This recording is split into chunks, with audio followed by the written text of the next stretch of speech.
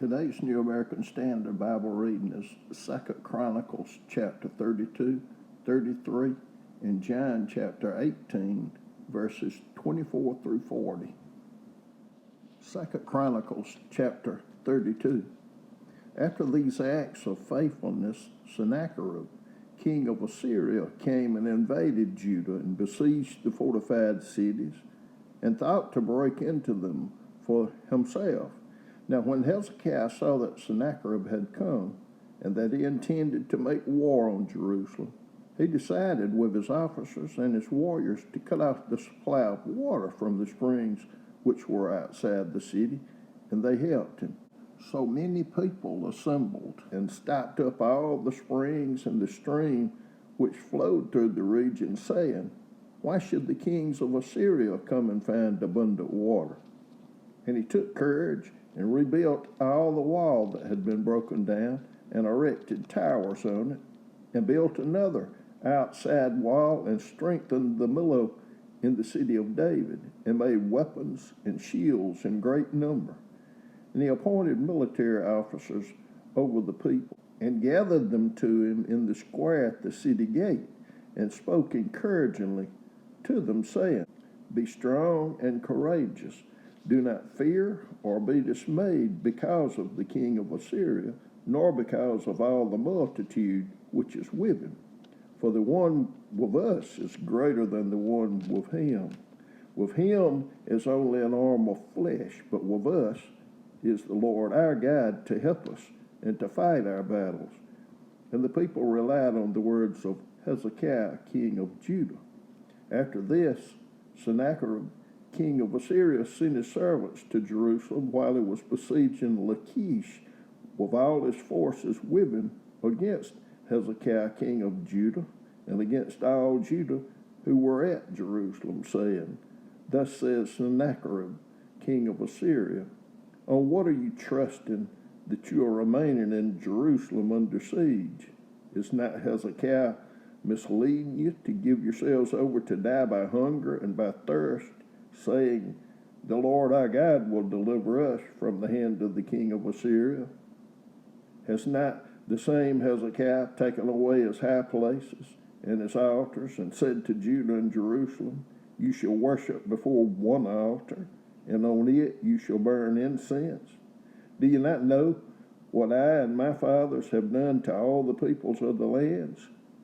Were the gods of the nations of the lands able to at all deliver their land from my hand?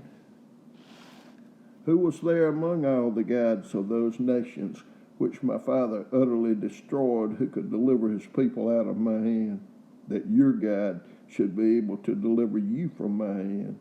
Now therefore, do not let Hezekiah deceive you or mislead you like this, and do not believe him, for no God of any nation or kingdom was able to deliver his people from my hand or from the hand of my fathers.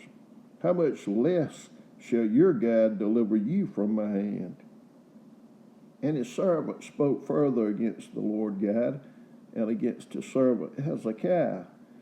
He also wrote letters to insult the Lord God of Israel, and to speak against him, saying, "As the gods of the nations of the lands have not delivered their people from my hand, so the God of Hezekiah shall not deliver his people from my hand."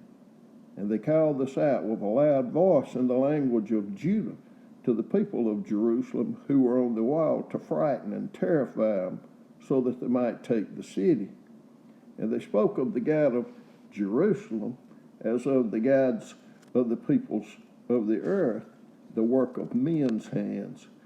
But King Hezekiah and Isaiah the prophet, the son of Amoz, prayed about this and cried out to heaven. And the Lord sent an angel who destroyed every mighty warrior, commander, and officer in the camp of the king of Assyria. So he returned in shame to his own land, and when he had entered the temple of his God, some of his own children killed him there with the sword. So the Lord saved Hezekiah and the inhabitants of Jerusalem from the hand of Sennacherib, the king of Assyria, and from the hand of all others, and guided them on every side.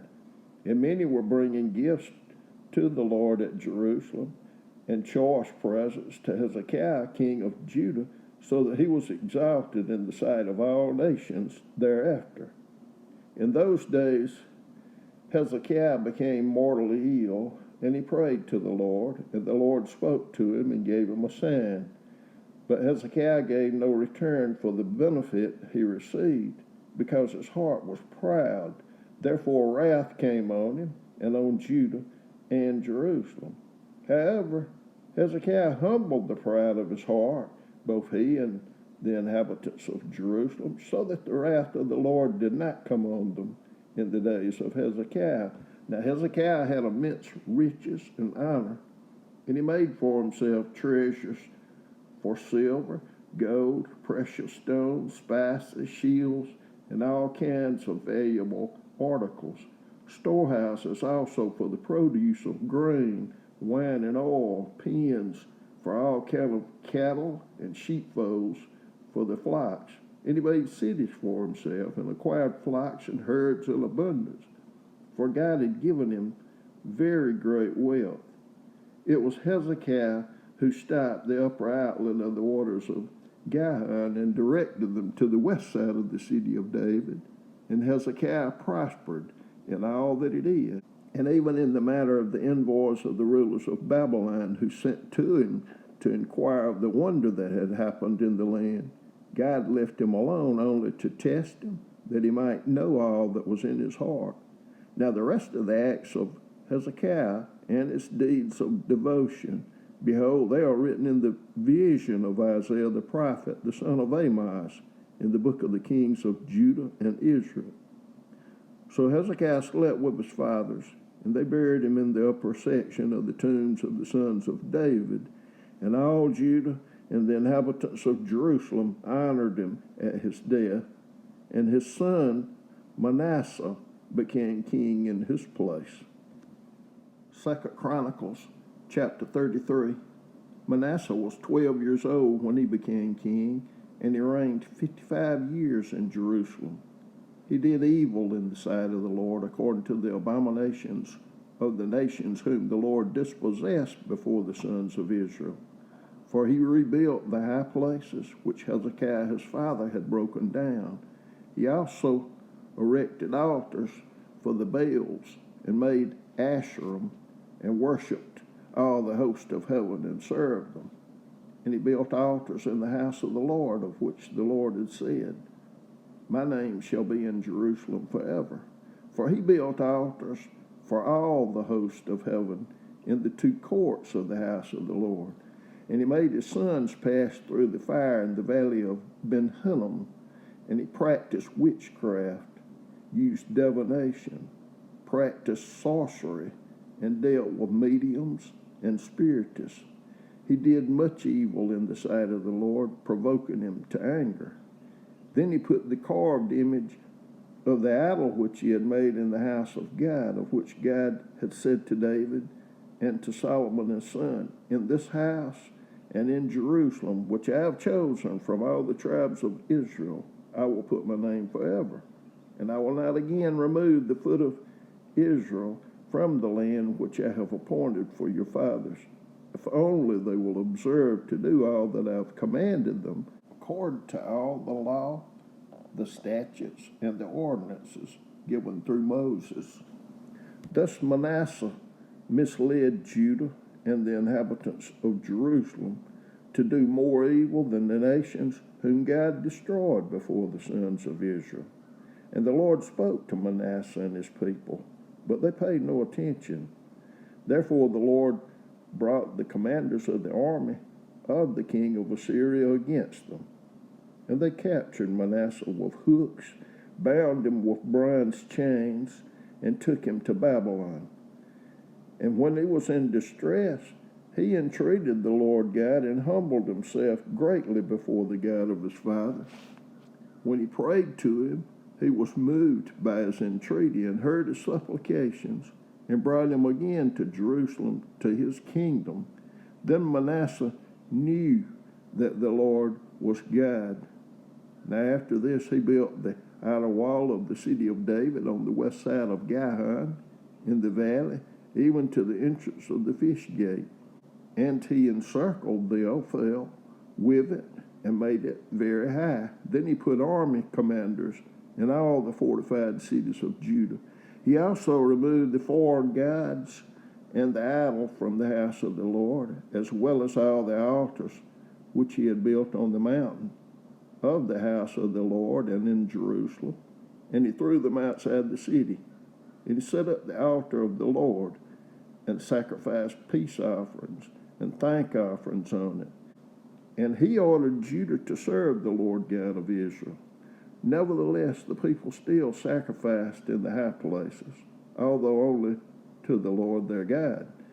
Now the rest of the acts of Manasseh, even his prayer to his God, and the words of the seers who spoke to him in the name of the Lord God of Israel, behold, they are among the records of the kings of Israel.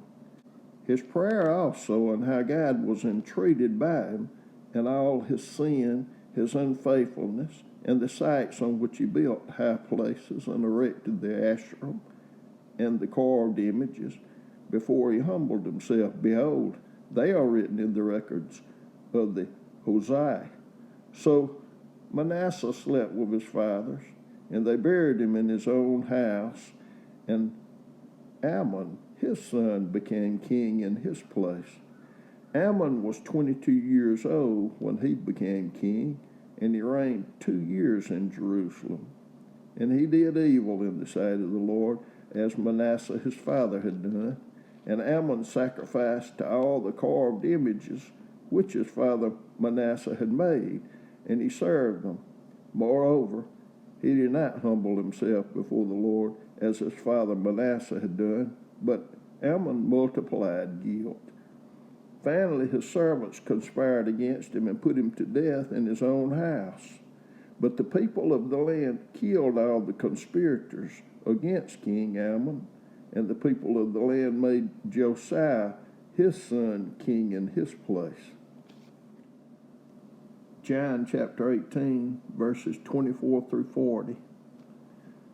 Annas therefore sent him bound to Caiaphas the high priest.